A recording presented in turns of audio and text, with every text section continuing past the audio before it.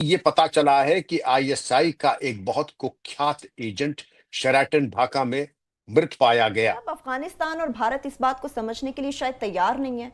अमन में, खित्ते में अमन चाहते नहीं है, इस चीज के दुश्मन है, खासतौर पर भारत। जब हम कह रहे हैं कि अमन हो सकता है इस तरह से, कि अपनी गवर्नमेंट इस चीज को समझ क्यों नहीं रही है? एक्सप्रेस को जब जलाया गया था, जब इसमें डेढ़ कितने पाकिस्तानियों को जिंदा जलाया गया, उस वक्त भी इल्जाम आईएसआई और लश्कर तैयबा पे लगाया गया।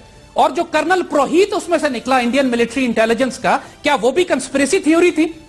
इन्होंने बात की कि अजमल कसाब की कि वो तो हमारे पाकिस्तान के एक मीडिया चैनल ने साबित कर दिया है कि उसका ताल्लुक पाकिस्तान के गांव से था।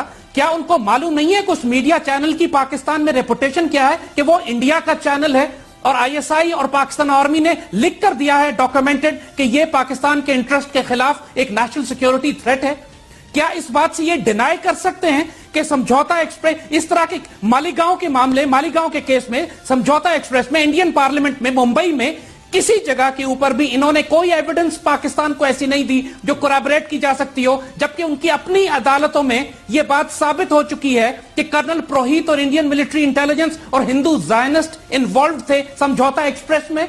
और यह कोई कंस्पिरेसी की बात नहीं है कि इस वक्त इंडियन प्राइम मिनिस्टर गुजरात का कसाई है। He is the butcher of Gujarat. इस वक्त जो पाकिस्तान, इस वक्त जो इंडिया के अंदर गवर्नमेंट है, वो हिंदू जायनिस्ट की है। और पूरी दुनिया रिकॉग्नाइज करती है कि इंडिया में इंटॉलरेंस बढ़ी है, इंडिया में फैशिज्म बढ़, इंडिया में दहशतगर्दी रियासती सतह पर है। यह पाकिस्तान की हुकूमत, पाकिस्तान की एस्टैब्लिशमेंट अगर इन बातों को छुपा रही थी तो यह बात इसलिए कि इंडिया से ये अमन चाहते हैं। लेकिन क्या इंडिया अमन चाहता है? ये तो हमें क्रिकेट मैच नहीं खेलने देते। उसके बाद हमें इतना घटिया हमसाया मिला है कि ये झूठ बोलते हैं कि हर चीज कंस्पिरेसी थ्योरी है। कर्नल पुरोहित भी कंस्पिरेसी थ्योरी है, इनसे पूछे जरा।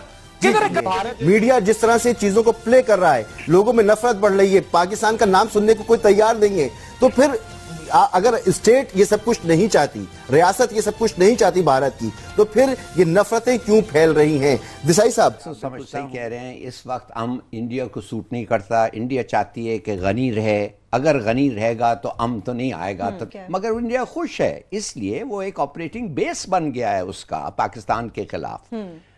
बात असल ये है कि मुझे फिक्र और अफसोस से ये कहना पड़ता है कि ना एक दिन हम लोगों को इनके खिलाफ फिर खोल के लड़ना पड़ेगा, इसलिए कि ये वाहिद मुल्क है जो वो कहते हैं लंडी कोटल से लेके इंडस टू अटैक, ये सब हमारा है। हमारे प्रधानमंत्री के ऊपर आप आक्रमण करके बच के निकल जाएंगे।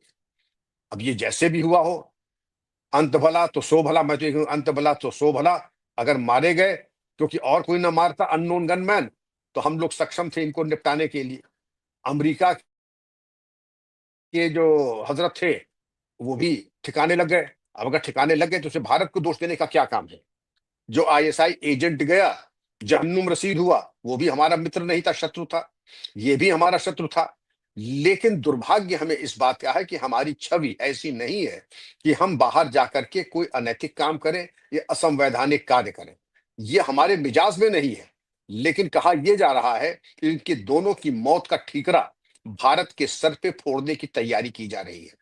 इंटेलिजेंस तो खैर हमारी एक दूसरे लेवल पे आ चुकी है। आपने स्पष्ट देखा ऑपरेशन सिंदूर के बाद कि किस तरीके से हमारी इंटेलिजेंस तब थी, आज है। और ये कहा गया था कि ऑपरेशन सिंदूर समाप्त नहीं हुआ है। अब लोग ये भी खास तौर पे आऊंगा कि इंडिया में भंगड़े डाले जा रहे हैं। नादरीन, अभी से चंद घंटों के बाद पाकिस्तान की सियासी तारीख की सबसे खौफनाक सियासत, पहले नादरीन एक वाकया जिसने सबके सीने छलनी किए हुए हैं, सोशल मीडिया पर ये शेयर हो रहा है, फेसबुक पर शेयर हो रहा है, शायरी लोग लिख रहे हैं, लोग आंसू बहा रहे हैं। ये नादरीन मृत पाया गया। ये आईएसआई एजेंट अकस्मात तो मरेगा नहीं, ये तो बड़े फिजिकली फिट होते हैं, अपनी हिफाजत करना जानते हैं। लेकिन जाहिर है कि उनकी कुछ डीएनए में कुछ कमियां रह जाती हैं, कुछ मैन्युफैक्चरिंग डिफेक्ट होते हैं, और उसके चलते ये अपनी मौत को दावत देते हैं। और मौत को दावत दी और ये मारे गए। और इसके पहले के आलोक में अगर आप जाएं तो एक सीआईए का एजेंट था आरविल जैक्सन, और इसको सीआईए ने डिप्यूट किया था बड़े महत्वपूर्ण कार्य के लिए। और महत्वपूर्ण कार्य के अगर आप देंगे तो आप और आपके दर्शक स्तब्ध रह जाएंगे सुन करके उनकी टास्किंग क्या होती है। वो हमारे लोकप्रिय प्रधानमंत्री की हत्या के लिए, मैं फिर कह रहा हूं कि अगर गलत किसी न सुना हो, हमारे लोकप्रिय प्रधानमंत्री की हत्या के लिए। तो ये समझते हैं कि हमारे प्रधानमंत्री न हो गए, गिलहरी और गौरैया हो गए, जिसके मन में आया वो बाड़ा लगा करके या गुलेल से ही जा करके शिकार कर लेगा। अब होनी को क्या कौन टाल सकता है? हम लोग तो अहिंसावादी हैं। हमारे गाल पे कोई तमाचा मारता है तो हम दूसरा गाल दिखा देते हैं। लेकिन अब इसको देखिए क्या हुआ इनका। ये मृत पाए गए अपने होटल में। ये इस वक्त की मृत बड़ी खबर आपको बता दें, कहां ये बड़ी जानकारी सामने आ रही है। होता है कि आप दहशतगर्दी इस हद तक बढ़ जाती है कि इसी हुकूमत के दौरान जंग भी होती है, वो तो नो डाउट हुआ। ये क्यों हो रहा है और हुकूमत क्यों कोई ऐसे इकदाम नहीं कर पा रही? क्यों इतना सिक्योरिटी फेलियर आ रहा है हम लोगों का? कि 2:30 बजे तक ये बंदा ठीक था, नौजवान बिल्कुल सेट था और इंतहाई खूबसूरत तगड़ा नौजवान, घर में एक बच्ची है, एक बड़ी खूबसूरत जिंदगी ये जी रहा था। लेकिन 2:30 बजे के बाद नादरीन अचानक से इन सालों से जिस तरीके से पुलिस फोर्स को ब्रूटली इस्तेमाल किया गया, ब्रूटली इन्हें झोंका गया है, इन्हें आग की भट्टी के अंदर नादरीन इस पुलिस फोर्स को बाकायदा से फेंका गया है। उसके लिए आपको एक इनह्यूमन इंस्टिंक्ट चाहिए, आपको इनह्यूमन कैरेक्टरिस्टिक्स चाहिए। ये हमारा पूरे का पूरा महकमा नादरीन ये खौफनाक किस्म के डिप्रेशन और एंजाइटी से गुजर रहा है। बहुत सेंसिटिव मैटर है और बहुत जिस तरीके से डेवलपमेंट्स बढ़ रही हैं जियो पॉलिटिक्स में, लोग हताश हैं, निराश हैं। मोदी जी के रहने से ऐसा लग रहा है बहुत लोगों का खून खौल रहा है। और बांग्लादेश जो एक समय पे हमारा फ्रेंडली नेशन हुआ करता था, now that has become the Vienna of the east.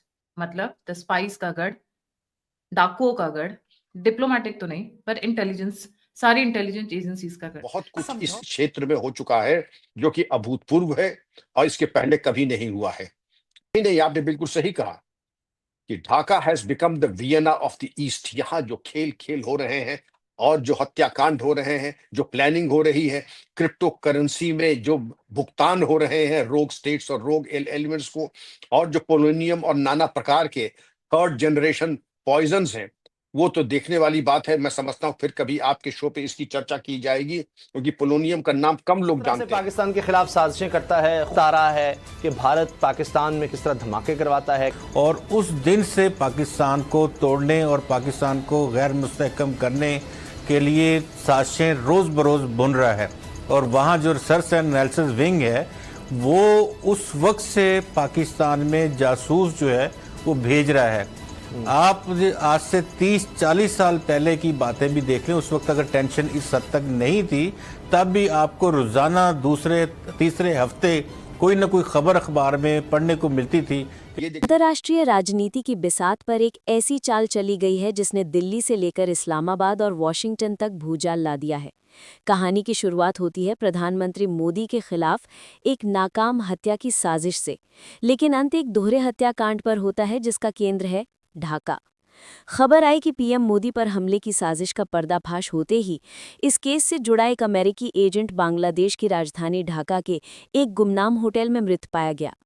अमेरिकी खुफिया एजेंसी ने इस पर चुप्पी साध रखी है, लेकिन सवाल हवा में तैर रहा है, आखिर एक अमेरिकी एजेंट ढाका में क्या कर रहा था? अभी इस खबर की स्याही सूखी भी नहीं थी कि एक और धमाका हुआ। ढाका के ही एक हाई सिक्योरिटी इलाके से खबर आई कि पाकिस्तान की खुफिया एजेंसी आईएसआई का एक टॉप कमांडर भी मारा गया है। वही ढाका, वही रहस्यमयी मौत। क्या ये सिर्फ एक संयोग है या फिर किसी ने बहुत सफाई से दो मुहरों को शतरंज की बिसात से हटा दिया है? दोस्तों, ढाका अब सिर्फ एक राजधानी नहीं रहा, ये दक्षिण एशिया का नया वियना बनता जा रहा है। जासूसों का अड्डा, साजिशों का केंद्र और अपराध की अंधेरी दुनिया का नया ठिकाना। यहाँ क्रिप्टो की कालाबाजारी से लेकर हथियारों की तस्करी और अब विदेशी एजेंटों के गुप्त ऑपरेशंस, सब कुछ एक साथ चल रहा है। इस दोहरी मौत की खबर ने पाकिस्तानी मीडिया में आग लगा दी है। कोई इसे भारत के खुफिया एजेंसी रॉ का बदला बता रहा है, तो कोई इसे अमेरिकी CIA का क्लीन